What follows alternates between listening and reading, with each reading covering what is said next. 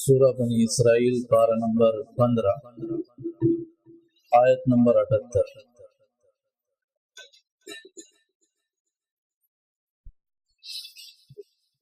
اعوذ باللہ من الشیطان الرجیم، بسم اللہ الرحمن الرحیم۔ اقم الصلاة لدلوک الشمس الى غسق اللیل وقرآن الفجر ان قرآن الفجر كان مشهودا ومن الليل فتهجد به نافلة لك عسى أن يبعثك ربك مقاما محمودا۔